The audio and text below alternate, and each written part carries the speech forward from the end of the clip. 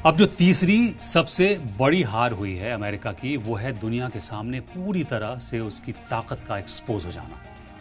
America की जिस फौजी ताकत को दुनिया नाकाबिले शिकस्त मानती थी, इस जंग में ये भरम चकनाचूर हो चुका है।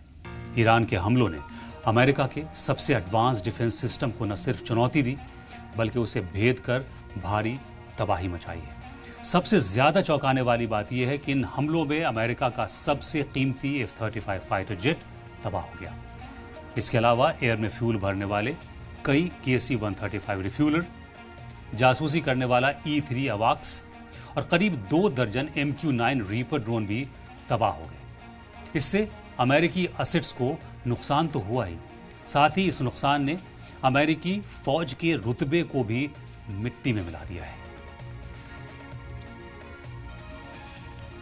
अरब की सरजमीन पर हालात इतने खराब हैं कि वहां मौजूद अमेरिकी बेसेस अब रहने के लायक भी नहीं बचे हैं। जंग के शुरुआती 2 हफ्तों में ही ईरान के हमलों ने इन बेसेस को $800 मिलियन यानी 6,640 करोड़ रुपए का नुकसान पहुंचाया।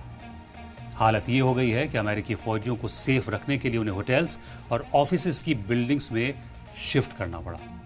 इस मजबूरी ने दुनिया भर में एक नई बहस छेड़ दी कि क्या अमेरिका अपने फौजियों को बचाने के लिए आम शहरियों को ढाल की तरह इस्तेमाल कर रहा है, जिससे आम लोगों की जान को खतरा पैदा होगा। अमेरिकी ऑफिसर्स के लिए सबसे शर्मिंदगी वाली बात यह रही कि ईरान के पुराने पड़ चुके F-5 फाइटर जेट ने भी अमेरिकी सिक्योरिटी लेयर को तोड़कर, मल्टी लेयर को तोड़कर अपने टारगेट हिट किए।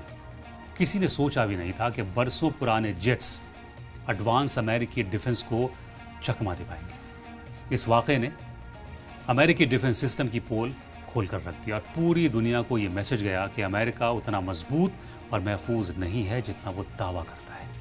उसके एयर डिफेंस में ऐसे छेद हैं जिन्हें ईरान जैसा मुल्क भी आसानी से तलाश कर सकता है। ईरान के साथ इस उलझन ने अमेरिका को पूरी दुनिया के सामने कमजोर कर दिया है।